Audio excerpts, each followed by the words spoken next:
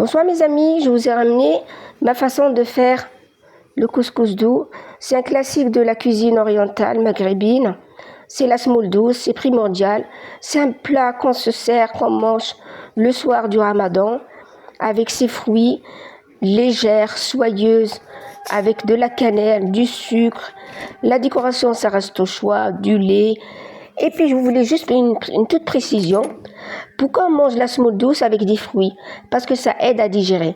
Parce qu'à l'époque, on mangeait la semoule douce avec la pastèque, les raisins, quand c'est la saison. Et là, c'est l'hiver, on mange avec des grenades, on mange avec des raisins secs, des fruits de saison. Voilà, un peu de lait, c'est très léger, c'est soyeux, c'est doux, c'est très bon. Parfumé avec de la cannelle, un peu de sucre et un peu d'œuf dur. C'est ma façon de la faire. Bon, je prends un peu de semoule, un peu d'huile d'olive.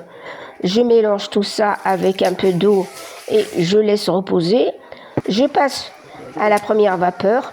J'essaie d'égrainer un peu la semoule avec mes deux mains, voilà. La première vapeur. Et puis la deuxième, on met un peu de sel et un peu d'eau. On arrose juste un petit peu parce que c'est de la semoule fine. Ça absorbe bien la semoule. Et voilà, je laisse reposer une deuxième fois.